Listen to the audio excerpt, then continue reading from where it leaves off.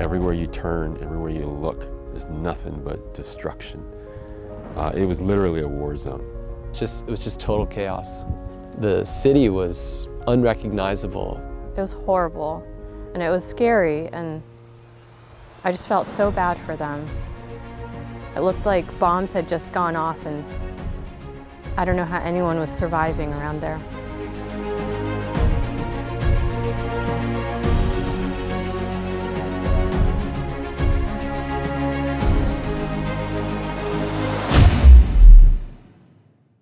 There was just soldiers everywhere, like soldiers, military personnel, and so this guy said, just pull over here. And so I just got out confidently and said, what do you want me to do? And they said, tell your team to pull over here. And so I told them, I said, you guys pull your cars over. And then we stepped out, and then there were just 2 body bags. And it just hit home really fast, like, wow, this is gonna be devastating. Like, and then there was a guy standing there next to this huge pile of rubble. He was from Belgium, and he said, where are you from? And we said, we're American. He just looked at the pile and he said, my family's in there.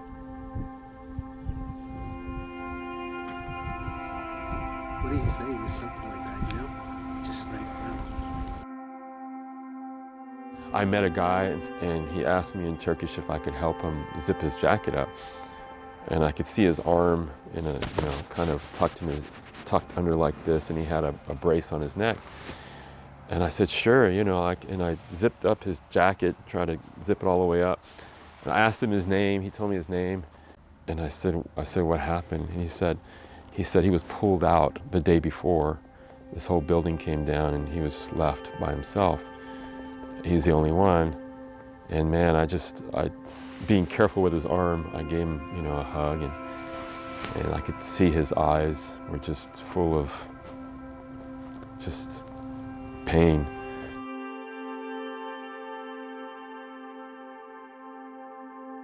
On Monday, February 6, 2023, at 4:17 a.m. local time, an earthquake of 7.8 magnitude hit the province of Hatay. The shaking lasted for 75 seconds, causing terrible destruction and devastation. About 9 hours later, 1:24 in the afternoon local time, a second earthquake hit with a magnitude of 7.5 on the seismic scale, affecting the province of Kahramanmaraş. These 2 major earthquakes combined affected over 10 major cities in 24 hours. Our team is working in this building. We've been there for 3 days now, and we needed a French team came. It was a very heavy-duty crew. They had their own equipment, and it was incredible. And they came, they assessed it. They said, hey, what's going on? And we said, hey, we've got some thermals here. Here's the depth. And they said, would you like some help? And our team said, yeah, come on in. And they actually had a high-tech sound device that what it does is it sends out reverberations. And if those vibrations pick up anything, it can pick up heartbeat, or even a voice or a breath that's like under 12 feet of concrete. It's incredible. So they came in, they took that reading, and they said, yeah, we're getting a slight something. And so we said, all right, do you want to join us? And they said, yeah, part of our team will stay here. So they're digging, they're working together, and then all of a sudden the Turkish miners show up, and they're like, hey, we're here to dig. And we said, well, we've already got 2 teams on this site, and we don't actually need anyone else to dig right now. If it's okay, could you just stand by? Or I'm sure we're talking about, in all of Turkey, totally affected, there's over 8,000 buildings that are down, and people can't even get 1 crew to come to their building. And our building has like 3-4 crews. So we're like, hey man, go somewhere, there are other people that need help. Those people haven't had anyone come. And, well, the Turks are all upset, and because there's this nationalism there. And so they begin to have an argument with our team, and then the French head, Antoine, comes out, and he's like, look, if they start digging just without us, this building could come down. Why the building is up, we have no idea. And so the Turks were angry, and Antoine said, if they start digging, then I'm out of here. It's not safe for my team. And so then the the miners, the Turkish miners, they went and asked the family that's there. So what do you want us to do? And they said, well, we want you to be part of it. So then finally we worked it out, and I'm in the midst of all of this and talk about language and cultural dynamics, and I'm trying to defuse the situation. So we diffused it, and they said, yeah, you guys can start digging as well. But if you stop, or if I say stop, Antoine, the French guy, said, you need to stop. And they said, all right, fine. And then the family said, but if anyone reaches the cavity where they are, the first people that should touch the body should be the Turkish people, because this is, you know, it all has to do with Islam, and the French are unbelievers, and we are unbelievers, and we're unclean. And so even in saving people, you know, there's still that national and Muslim mindset. And so then the French decide, hey, we dug. They have a very systematic approach. They dug 1.5 meters there and 2 meters there, and there was nothing where the thermal was showing. They said, look, we've got to move on. So they begin to pull their guys out of the building, and the family gets up, and the woman and the son, they just start yelling, like, you guys are murderers, and you're cowards. And like the Turkish people rise up, and they're like picking up sticks, and they're gonna beat these people. And I just saw what was going on. I'm up in the window in the building, and I just yelled out to our soldier friend. I said, hey, get in there. And so some of the soldiers came, and they kind of made a blockade and stood in front of the guys and tried to defuse the situation. Then the Turks came back, and they wanted to get their tools, and they said, and the Turks, or the French wanted to come back and get their tools, and the Turkish people came, and they said, they can't go in there. They like, we don't want them to even defile our building with their presence. And so then they worked it out. They said, you can send 2 people in there to get your tools, and that's it. And get the heck out of here. They were just so ticked off. And these types of situations we were dealing with constantly, just cultural clashes. And you got to imagine, you know, the Turkish people are very hot-blooded, ready to argue people already. So when in time of crisis, when emotions are boiling, they were just on the fringe and to blows. I mean, at one point in time on the building next to us, they were excavating. And I went there to tell them, hey, we need you to stop excavating, because our building was falling over. It's held up by cranes, but it was still leaning to that side, and there was nothing. And as they were digging, we were afraid it was going to fall. And man, these Turkish guys, they started coming up the rubble towards me, and they're like, we'll never stop digging. No one has come here. How dare you tell us? And I was just thinking, man, I'm about to get a fist in the face. And so I just took a deep breath and prayed. And then and the ambulance guy who came with me to help me translate, he erupts, and he's trying to defend me, and he starts yelling at them, and they're yelling. And I just said, wait a minute, guys, please. I said, just let me talk for a second. Like, what I'm asking, I said, is there anyone, have you got any thermal reading of this area? And they said, yeah. And I said, is there anyone alive? And they said, not that we know of. And I said, well, look, we have 3 live readings in this building.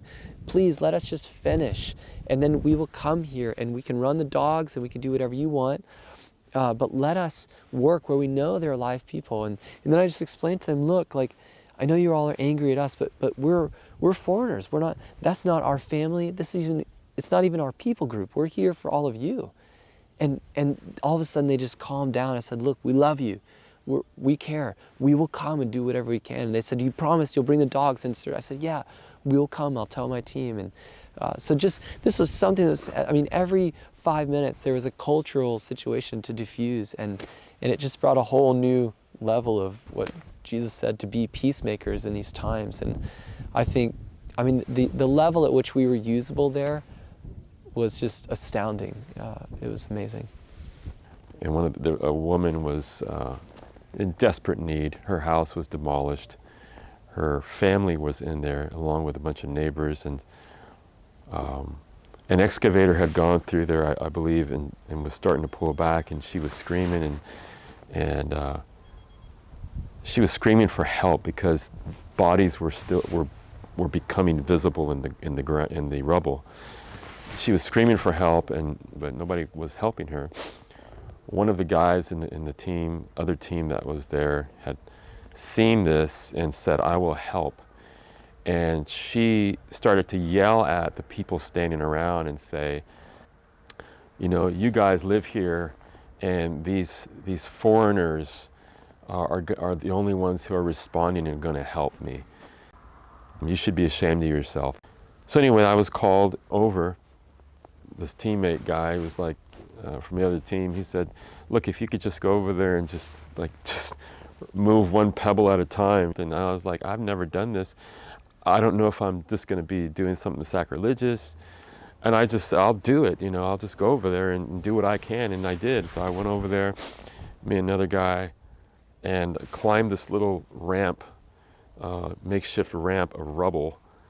And as you get to it, it kind of becomes a face, and you can see the layers of the building squashed.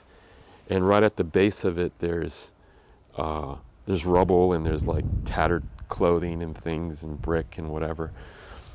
And I got close, and I could see underneath a piece of wood, I could see a young person, a kid. And I put this wood over it, and I got down on my knees to start moving rubble, and I could see within the two cracks, I saw an arm. And then all of a sudden, other guys started coming up. And I asked one of them, I said, could you get me some work gloves? So they ran back and got me some of these work gloves. And then as they saw me start moving stuff, more guys started to come. And we formed a kind of a chain.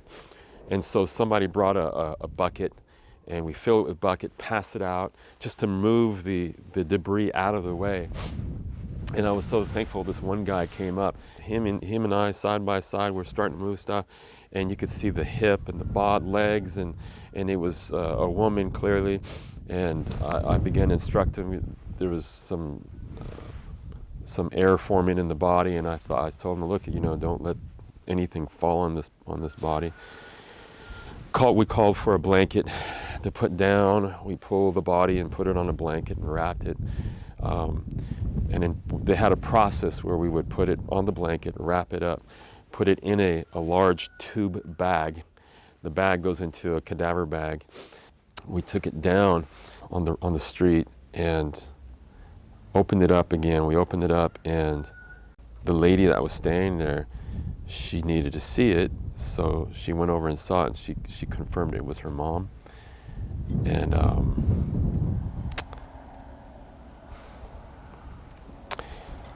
she just wept.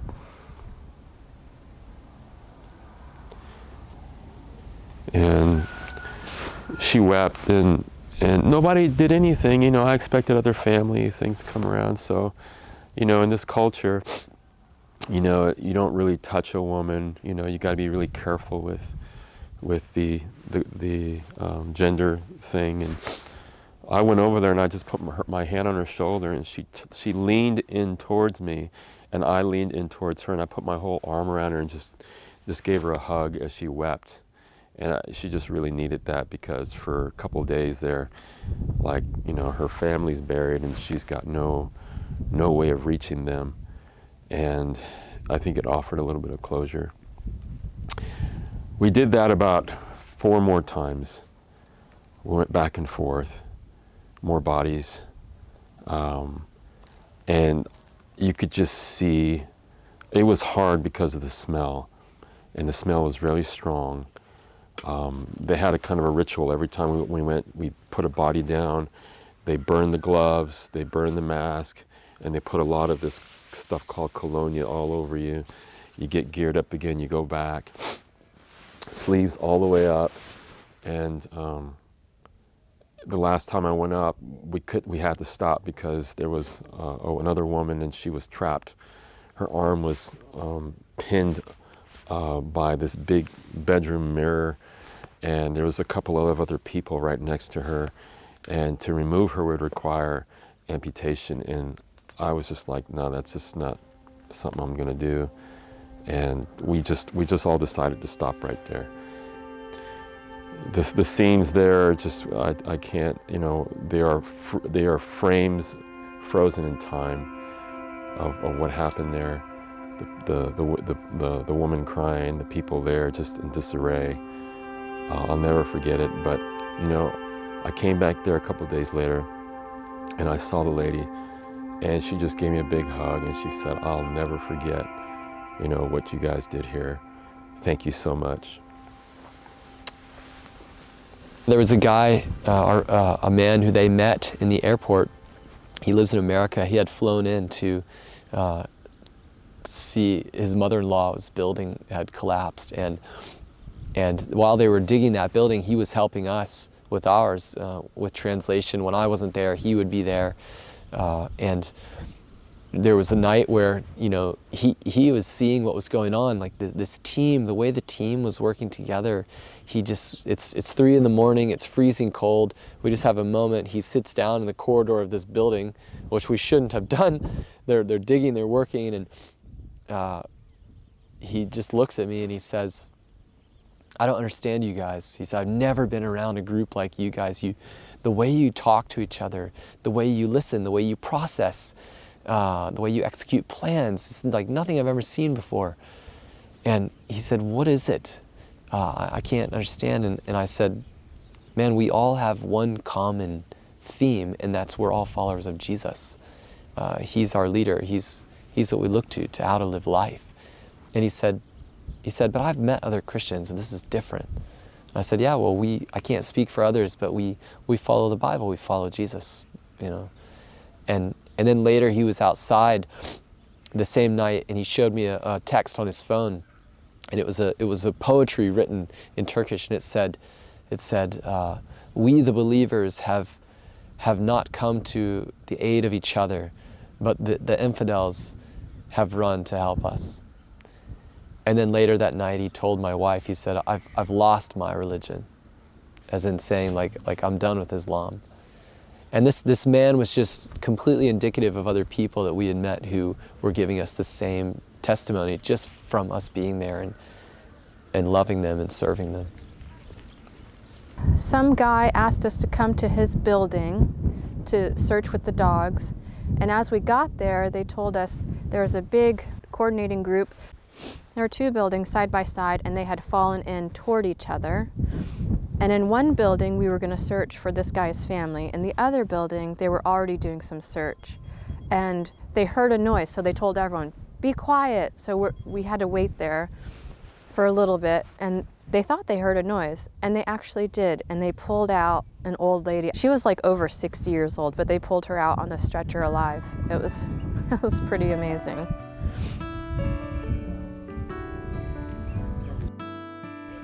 I remember reading in Gospel Workers where Ellen said, God is looking for men and women who will make decisions on the fly.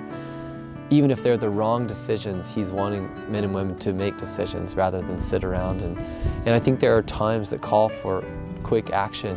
And again, in this situation, just to be with those people, even if I couldn't have translated or done anything, to stand with them in the street and put my arm around them and just sit there with them in the cold night and day and cry with them, it would have meant the world to them. So I'm so glad we went there. I think if we didn't go, it would have been a loss, a big loss on our part. People here are very difficult to reach, but here's a need, a great need. And even my neighbors recognize just how swiftly we went there, how selfless it was, because we were put in danger ourselves. Would I do it again? Absolutely. People need help. It is the gospel. Jesus came in Earth's most desperate time, and He entered into our pit and pulled us out. He stayed in, and that's what we're required to do. And, absolutely, I will never regret going in there. I'm just thankful for everyone who has believed in us, who has sponsored us, supported us through prayer, financial efforts. And the fact that we can be here in this time and help people like this, to see these people, it was amazing. And to be there for them, to cry with them, to hug them, to encourage them, to help pull out live people, to help pull out their dead people. I was really blessed, and I'm thankful for that opportunity.